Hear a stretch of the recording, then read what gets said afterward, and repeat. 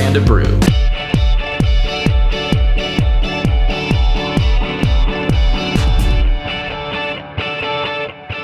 Sorry, not sorry.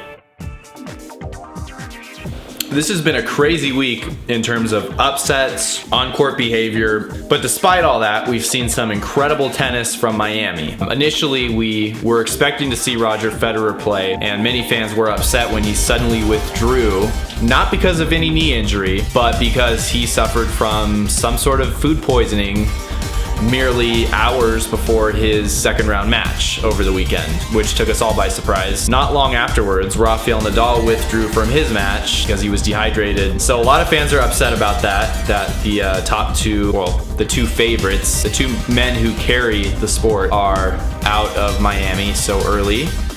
But there are many reasons to celebrate this occasion. I love Roger and I respect Rafa as much as anyone, but having said that, I think it benefits the younger players, not just the players of next gen, but the rest of the players on the tour who typically don't play late into tournaments. Not having the presence of a Nadal and a Federer has made this tournament interesting. We don't know who's gonna win it besides Djokovic, but outside of that, we don't know who the runner-up's gonna be.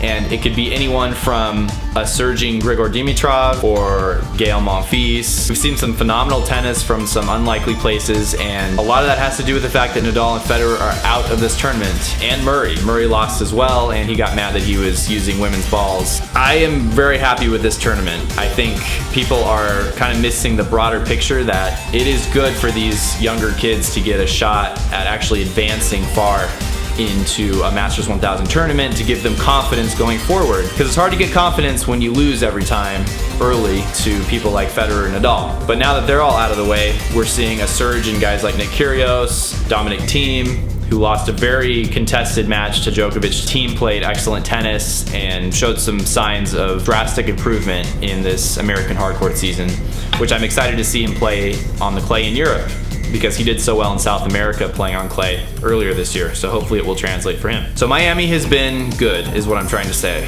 There's been a lot of bright spots, and for Djokovic, we have seen thorough domination from the world number one. In fact, they were showing a stat, after the Murray loss, he's now some 8,000 points ahead of him in the world rankings, which could very well be the largest ever gasm between a world number one and world number two. Impressive stuff. To conclude that part of the show, Miami Open, good. And now to my next talking point.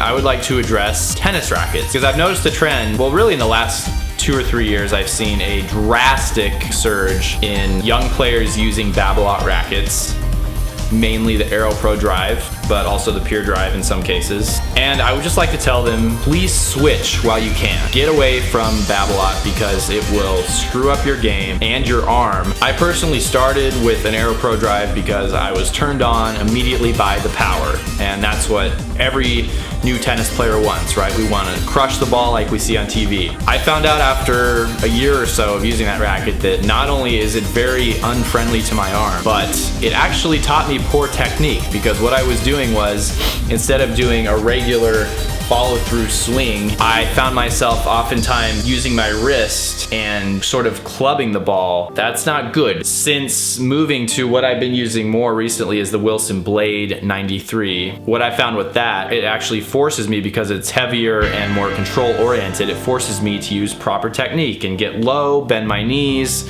use my core. I have to swing all the way, because I can't swing halfway with that thing or else it won't go over the net. It's so damn heavy. But all in all, it's helped my game drastically. Babolat, there was a phase where that was the racket for me.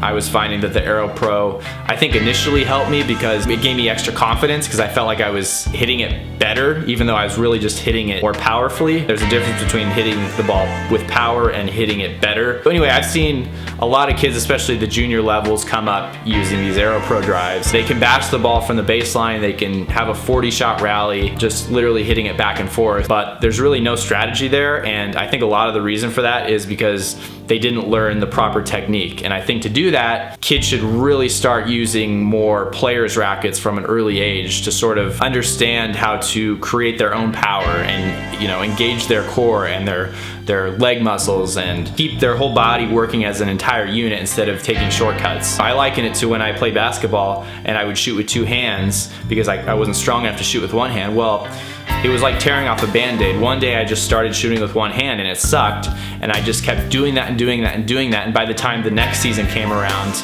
you know, after sucking at it for so long, I was finally able to shoot somewhat confidently with one hand. It's kind of like that with tennis rackets, you know. I think juniors have to switch to a more controller-oriented racket at a fairly early age. They'll have a period of adjustment, which is normal, maybe 6 to 8 months. But after that, they'll find they're starting to use better technique, they're hitting the ball with more efficiency, and maybe winning more matches even. What a concept, right? Winning more matches. That's what we all want. I'm not trying to demonize Babolat. I think it has its purpose, and I think it's great for someone just starting the game, but I think you need to yank it out of your kid's hand really quickly and try to teach them some proper technique. You know, give them a Wilson, give them, I mean, there's plenty of lighter rackets that are also more control oriented than, say, a Babolat Aero Pro, and also less stiff, because the Aero Pro is a really stiff racket. That's it for this episode, but next week we will talk about what happened at the Miami Open final, which happens in a few days. So stay tuned. Your local network programming is up next.